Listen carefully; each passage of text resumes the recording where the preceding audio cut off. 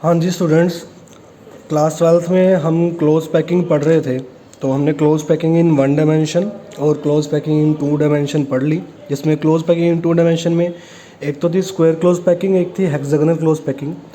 तो square close packing जो थी वो एक ही तरह की लेयर से आई थी, और हेक्सागोनल क्लोज पैकिंग जो थी वो अलग तरीके की लेयर्स जो थी उससे आई थी। तो अब हम क्लोज पैकिंग 3 डायमेंशन की पढ़ेंगे, और ये क्लोज पैकिंग जो 3 डायमेंशन की है ये किस से आएगी? 2 डायमेंशन से। तो टॉपिक का नाम है क्लोज पैकिंग इन 3 डायमेंशन। ठीक है, तो क्लोज पैकिंग 3D में पढ़नी है। तो क्लोज पैकिंग जो 3 डायमेंशनल है, ये सबसे पहले ये हम पढ़ेंगे ये किससे आई? 2 डायमेंशन स्क्वायर क्लोज पैकिंग से। तो बच्चों, जब आप एक एनसीईआरटी में आप ये टॉपिक पढ़ेंगे ना कि क्लोज पैकिंग 3 डायमेंशन के बारे में पढ़ेंगे, जो कि हम किससे पढ़ रहे हैं? ये 2 डायमेंशन स्क्वायर क्लोज पैकिंग। जो 2 डायमेंशन स्क्वायर क्लोज पैकिंग कैसी थी? ये वाली। तो ये जो एक लेयर है, ऐसे ही इसके ऊपर एक लेयर और रख दें, और ऐसे इसके ऊपर लेयर रखते चलें, तो मुझे क्या मिलेगी? क्लोज पैकिंग 3 डायमेंशन मुझे ऑब्टेन होगी। ठीक है, तो जब ये ऑब्टेन होगी क्लोज पैकिंग 3D में, तो मेरे पास क्या बनेगा? एक यूनिट सेल बनेगा, जो कि कैसा यूनिट सेल होगा? Simple cubic cell. कैसा होगा? Simple cubic cell. जब हम क्लोज पैकिंग 3D की पढ़ेंगे, और जो क्लोज पैकिंग 3D की किससे आई? 2D स्क्वायर क्लोज पैकिंग से। कैसे आई? हम ये एक बार दोबारा देख लीजिए कि आप क्या करेंगे। आपके पास ये एक 2D स्क्वायर क्लोज पैकिंग है, सेम ऐसी लेयर के ऊपर दूसरी लेयर रख दें, इसी लेयर के ऊपर एक लेयर रखते चलें। जब लेयर्स रखते चलेंगे तो हमारे पास क्या मिलेगा? हमें simple cubic cell. Simple cubic cell कैसा सेल था? जिसमें कि एक सिंपल क्यूब था, जिसमें 8 कॉर्नर थे, और 8 कॉर्नर पे क्या प्रेजेंट थे? एटम प्रेजेंट थे यहाँ पर। तो इस तरीके की हमें पैकिंग मिलेगी। ठीक है, तो ये थी क्लोज पैकिंग 3D की। किससे मिली है? From 2D square close packing से। अब बात करते हैं क्लोज पैकिंग इन 3D। और ये जो क्लोज पैकिंग है स्टूडेंट, ये किससे मिलेगी? 2 डायमेंशनल हेक्सागोनल क्लोज पैकिंग से। 2 डायमेंशनल हेक्सागोनल क्लोज पैकिंग से। तो स्टूडेंट, मैं तो यही बोलूँगा, आप एक बार इसका जो डायग्राम है वो एनसीईआरटी में देख लें। तो एनसीईआरटी में जो इसका डायग्राम है वो बहुत अच्छे से आपको दिखेगा। जैसे कि हमारे पास सबसे पहले ये लेयर थी एक,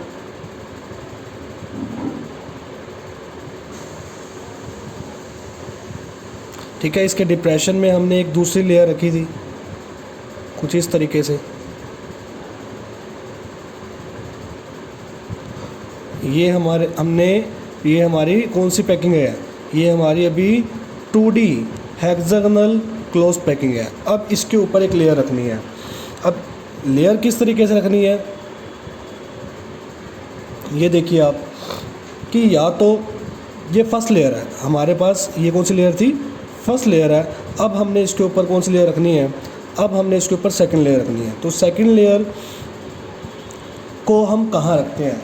ये देखिए, सेकंड लेयर, एक तो ये एम्प्टी स्पेस है, एक ही एम्प्टी स्पेस है, ये सभी एम्प्टी स्पेस बन रहे हैं। तो इन एम्प्टी स्पेस को स्टूडेंट बोलते क्या हैं? ये एम्प्टी स्पेस को बोलते हैं वॉइड्स। ठीक है, जो ये एम्प्टी स्पेसेस है ना, किसी भी क्रिस्टल में जो एम्प्टी स्पेस होते हैं, इसको हम क्या बोलते हैं? इसको हम बोलते हैं वॉइड्स। ये बात याद रखना। तो हमने एक नई टर्म पढ़ी जिसका नाम है वॉइड्स। वॉइड्स क्या होते हैं? Empty spaces. एम्प्टी स्पेसेस को, खाली जगहों को वॉइड्स बोलते हैं। 2 तरीके के वॉइड्स बनेंगे बच्चों इस पैकिंग से। एक तो बनेगा, 2 तरीके के वॉइड्स बनेंगे। पहला जो वॉइड होगा उसे बोलेंगे टेट्राहेड्रल वॉइड, टेट्राहेड्रल वॉइड। और जो दूसरा बनेगा वो होगा ऑक्टाहेड्रल वॉइड। तो ये बच्चे बनेंगे कहाँ, ये देखना। तो यहाँ पर हम क्या करते हैं, हम जब इस लेयर को एक दूसरी लेयर इसके ऊपर बिछाते हैं कुछ इस तरीके से,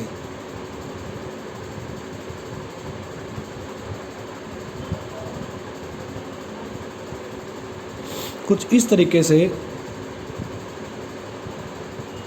इसके ऊपर एक लेयर और बिछा दी गई।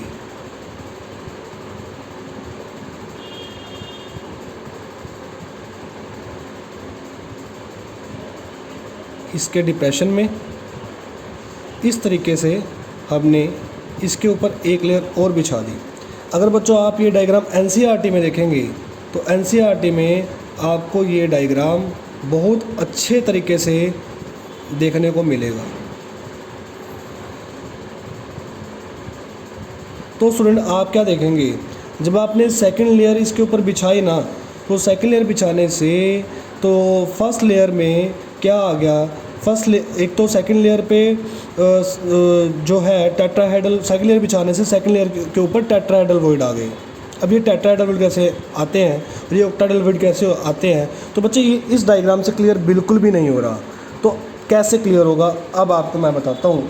देखो, अब जब हमने ये 2D हमारे पास एक हेक्सागोनल क्लोज पैकिंग थी, इसके ऊपर एक लेयर बिछाई, तो मेरे पास दो तरीके के वॉइड्स बने, एक टेट्राहेड्रल वॉइड बना और एक ऑक्टाहेड्रल वॉइड बना। टेट्राहेड्रल वॉइड कैसा है ये देखिएगा बच्चों। ये फर्स्ट लेयर के मेरे पास दो इस तरीके से, तीन इस तरीके से एटम्स थे जिसके अंदर ये खाली जगह थी। अब इसके ऊपर हमने एक एटम और प्लेस किया हुआ है। जो ये बच्चों खाली जगह है ना, ये जो खाली एम्प्टी स्पेस है, ये कितने एटम को टच कर रही है, 1 2 3 और एक ऊपर वाला जो ऊपर बॉल रखी हुई है 4।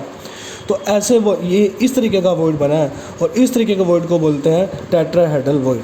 तो ये टेट्राहेड्रल जो वॉइड है, ये टेट्राहेड्रल वॉइड कितने एटम को टच करता है, ये बच्चे ये खाली जगह है, ये टेट्राहेड्रल वॉइड है। जिसे टेट्राहेड्रल वॉइड शेप में कैसा है, ट्रायंगुलर है, शेप में कैसा है, ट्रायंगुलर है। ये ट्रायंगुलर वॉइड है, ट्रायंगुलर वॉइड है जो कि कितने को टच करता है, 4 एटम को टच करता है। इसी तरीके से एक ऑक्टाहेड्रल वॉइड बना है। इसी में ऑक्टाहेड्रल वॉइड किस तरीके से बना है देखिएगा बच्चों।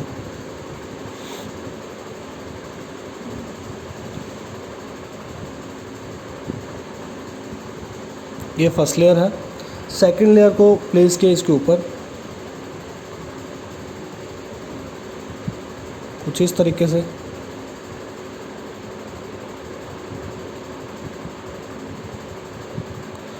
तो ये जो बच्चों एम्प्टी स्पेस है, कौन सा एम्प्टी स्पेस, जो ये 3 बॉल है और जो ये नीचे वाली 3 बॉल हैं, तो ये एक स्टार बन गया, जो इस तरीके का स्टार सा बन गया।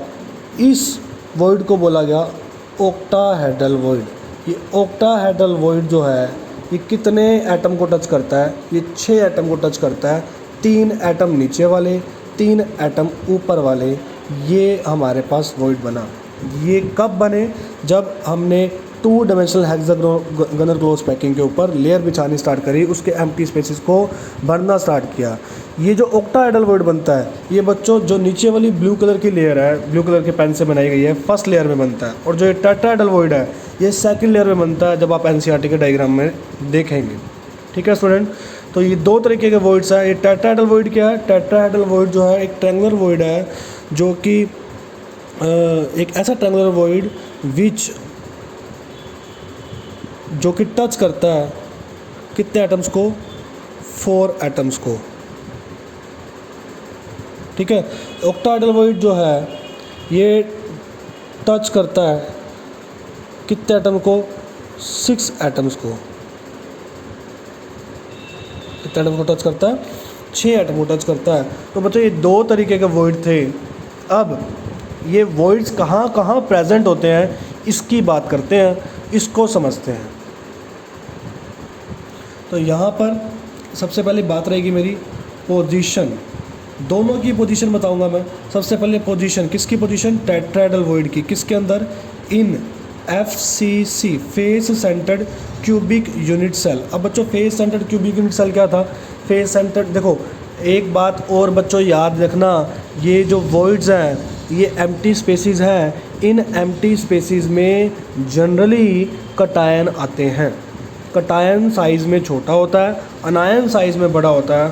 फॉर एग्ज़ाम्पल अगर मैं बात करूं, एक आपके पास आयनिक सॉलिड है NaCl, जिसमें Na कटायन है, Cl अनायन है। ये Cl जो है बच्चे, ये Cl जो है ये FCC बनाता है। FCC मतलब face centred cubic. Face centred cubic का मतलब क्या होता था? जब एटम कॉर्नर पे प्रेजेंट होते थे और फेस पे प्रेजेंट होते थे। इसका मतलब कॉर्नर पे Cl होगा और फेस पे भी Cl के एटम होंगे। लेकिन ये Na कहाँ प्रेजेंट होगा? ये Na बच्चों वॉइड्स में प्रेजेंट होगा। वो वॉइड्स टेट्राहेड्रल भी हो सकता है, ऑक्टाहेड्रल भी हो सकता है। तो सबसे पहले हम पोजीशन समझते हैं टेट्राहेड्रल वॉइड की फेस सेंटर्ड क्यूबिक के अंदर। तो लेट कर लो कि ये आपके पास एक FCC का यूनिट सेल है, face centred cubic unit cell है, जिसमें कॉर्नर्स पे अनायंस है, फेस पे अनायन है। तो ये टेट्राहेड्रल वॉइड कहाँ प्रेजेंट होगा? मान लीजिए ये आपका सेंटर है, ओरिजिन है। तो ओरिजिन के पॉइंट 3 पॉइंट है, 0 0 0। एक्स एक्सिस वाला, वाई एक्सिस वाला, जेड एक्सिस वाला, तीनों पॉइंट जो है 0 ले लिए। अब टेट्राहेड्रल वॉइड हमें पता है एज लेंथ कितनी होती है? ए टेट्राहेड्रल वॉइड, मान लो ये टेट्राहेड्रल वॉइड यहाँ प्रेजेंट है। ये टेट्राहेड्रल वॉइड अगर प्रेजेंट हो तो इस टेट्राहेड्रल वॉइड के जो वर्टेक्स होंगे क्या होंगे?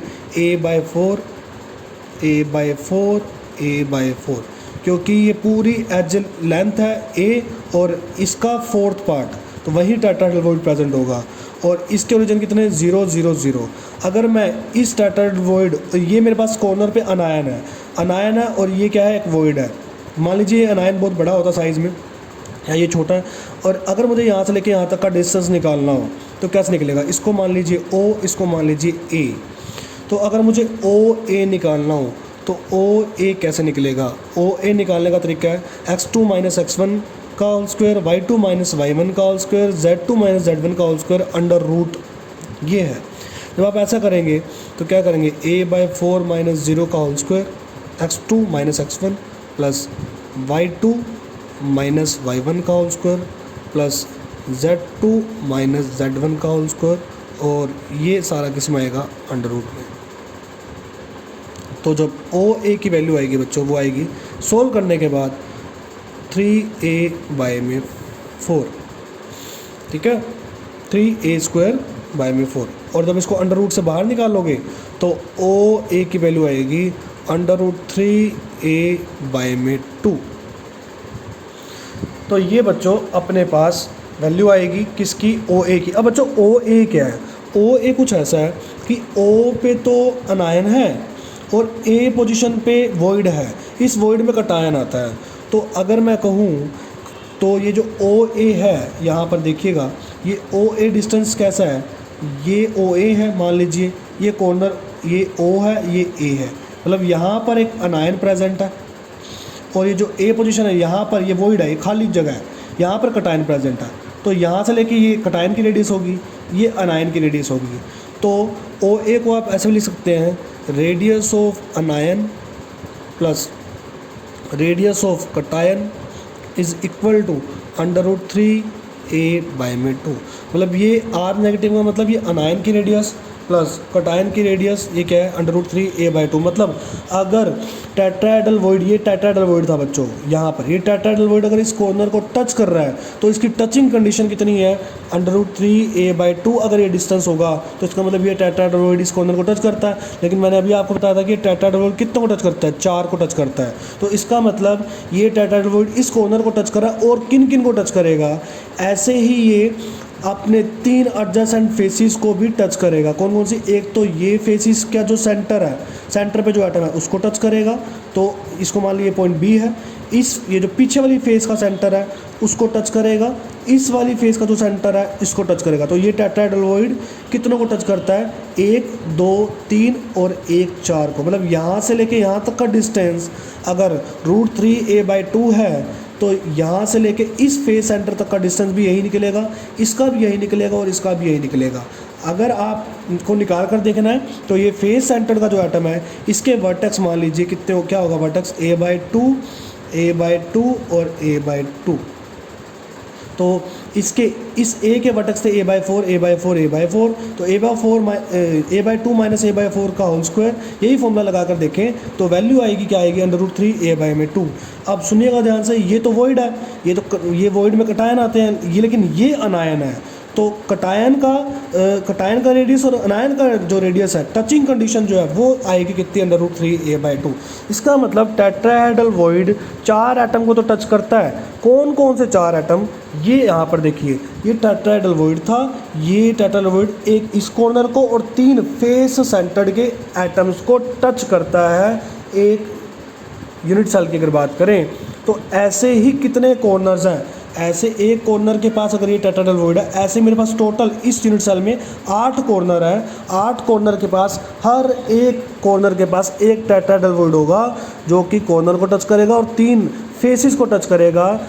तो ये हमारे पास टेट्राहेड्रल वॉइड टोटल 8 हुए, किसके अंदर, FCC के अंदर। तो स्टूडेंट यहाँ पर हम ये लिखेंगे, क्या लिखते हैं कि जो ये टेट्राहेड्रल वॉइड है,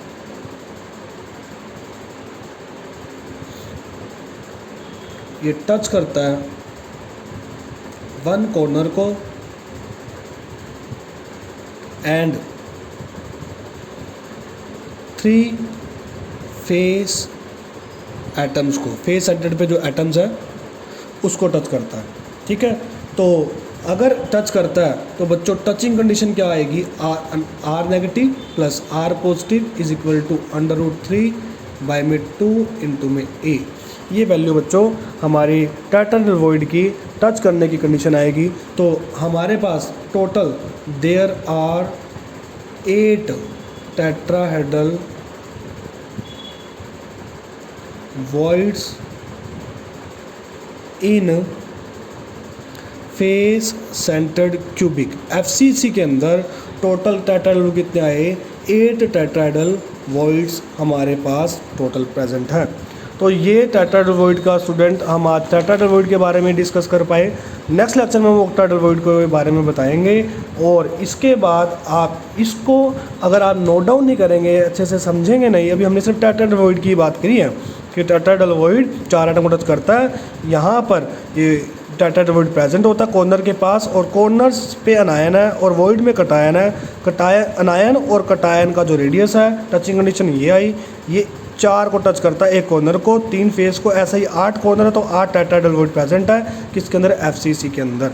तो ये और ट्रायंगुलर, ये टेट्राहेड्रल वॉइड एक तरह का ट्रायंगुलर वॉइड है जो 4 एटम को टच करता है। कोऑर्डिनेशन नंबर कितना टेट्राहेड्रल वॉइड का, 4, क्योंकि 4 को टच करता है। इतना ही स्टूडेंट आप नोट डाउन करें। ऑक्टाहेड्रल वॉइड के बारे में नेक्स्ट लेक्चर में हम डिस्कस करेंगे।